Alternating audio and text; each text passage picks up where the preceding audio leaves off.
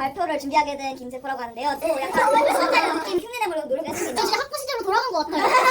어쨌든 저런 걸 보게 된다고요? 네, 일단 이게 목차고요.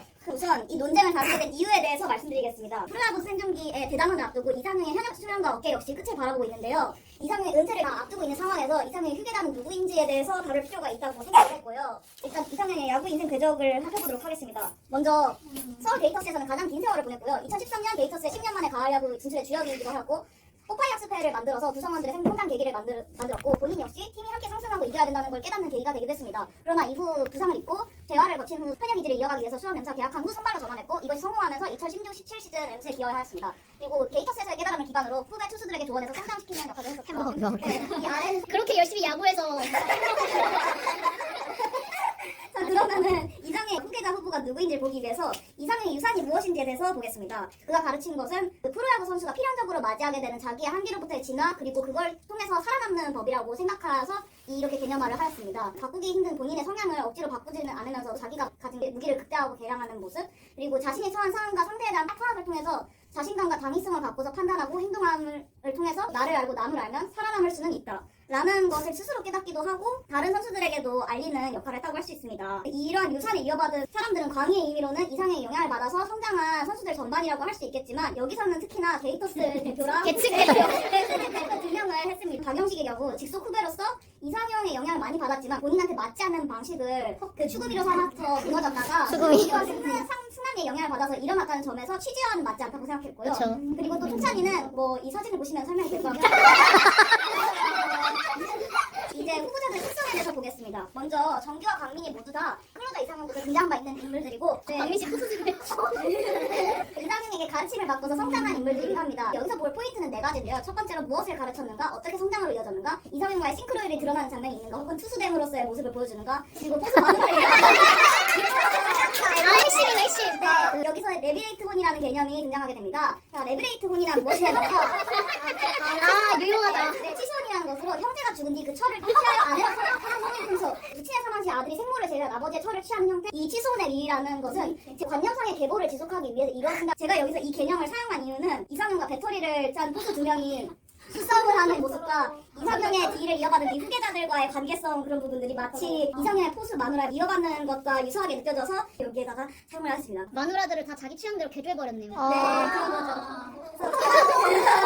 자, 그럼 첫 번째 후보를 보겠습니다. 정규 같은 경우에는 1라운더 전체 2번으로 게이터스에 입단한 자완 파이어볼러로 축복받은 조건을 받았지만 그의 단점은 나약한 정신머리와 소심함이었는데요. 이상형과의 만남을 통해서 변화를 하게 됩니다. 정규가 힘들어하는 것을 보고서 승남이가 정규에게 도움을 달라고 요청하는 것을 계기로 뽀빠이 학습회가 만들어지게 되고 자신감을 갖고 승부할 수 있게 되는 모습을 잘 컸다. 잘 컸죠. 그런데 아쉬운 점은 여전히 중요한 순간에 무너지는 모습을 16시즌까지 보여줬다는 것이었습니다. 그래서 자신의 한계를 인식한 정규는 도약할 기회를 얻기 위해서 피칭에 도전하게 되었고 그 결과 구위 상승과 투심 페스티벌을 장착하고 그 이후에도 공부를 이어가는 모습을 보여주었습니다. 특히나 중요한 점은 본인의 본질을 찾아서 이상형과 다른 방식이지만 자기가 잘할 수 있는 것을 더 극대화시키면서 에이스로 거듭나는 모습을 보여줬습니다. 그래서 정반대 투구 스타일이긴 하지만 역설적으로 이상형과 닮아가는 모습을 보여주었습니다. 비엘이다 진짜. 그쵸. 이렇게 이상형이 겹쳐 보이는 모습이나 한정규가 놀라울 정도로 이상형의 역할 수행을 대신하고 있는 모습을 여기서 확인하실 수 있죠. 무려 2명의 이상형의 남자들에게 빈자리를 정확히 대신하는 모습을 보인다는 점에서 감정이 있다고 생각할 수 있겠습니다. 그리고 닮았어요 일단. 맞아요. 그쵸. 이제 두 번째 후보로 넘어가겠는데요. 이광민의 경우 클사진에서 프레생을 거치면서 스윙맨, 셋업 마무리, 고직을 오갔었던 자완 불펜이고 영성이 높았다는 묘사가 있으나 자신감과 부위가 떨어지면서 콘서트에서 그럼. 얼굴은 더 잘생겨졌는데. 그쵸. 얼굴은 잘생겼는데 뭔가 더 떨어지는 부작용이 발생하는데요. 이상형은 친분이 거의 없던 이광민에게 실천 타자 공략법을 속성으로 강의했고요. 타자에 따라서 상대하는 방법을 이해하면서 구하라는 모습을 보였습니다. 남자. 그쵸. 이러한 모습들은 이상형이 타자를 상대하는 방법을 물려받아서 슬럼프를 극복함과 동시에 공처도 물려받았다고 할 수 있겠는데요. 야쿠자 같지 않나요? 네, 또한 이 램스 베테랑으로서 책임감을 보여주는 모습이나 라리님이 예전에 하셨던 말씀처럼 성질머리가 진짜 투수 같아가지고 이 점에서 가산점을 작용하였습니다. 아 너무 좋아. 그쵸. 그래서 이러한 특징들을 종합적으로 판단한 결과 이상형에게 지식을 전수받았었던 기간은 정규가 더 길다고 할 수 있겠고 성장의 결과를 보자면 정규의 경우는 이상형과 다른 투구를 할 수밖에 없다는 것을 깨닫고 이 이상형과는 다른 자기만의 무기를 갈고 닦으면서 성장하는 모습을 보였고요. 광민이의 경우에는 타자의 약점과 성향을 파악하고 가설을 세워가면서 투구하는 모습이 직접 나왔다는 점에서는 스타일은 상대적으로 더 유사한 모습이 각자 다른 성장의 결과를 보여줬다고 할 수 있겠고요. 마누라를 이어받았는가의 유무에서는 둘 다 똑같이 이어받았다고 할 수 있겠습니다. 그리고 마지막과 이상형과의 싱크로의 부분에서는 정규가 더 많은 싱크로를 보여줬다고 생각합니다. 물론 이 사진에서 보이다시피 실명하는 점도 보여줬고요. 그리고 이상형과의 발언이 겹쳐 보이는 연출이 두 번이나 등장했었죠. 그리고 이것을 말한 사람들이 둘 다 이상형의 남자라는 점에서 근본적인 정통 후계자는 정규라고 할 수 있겠다라고 생각하였고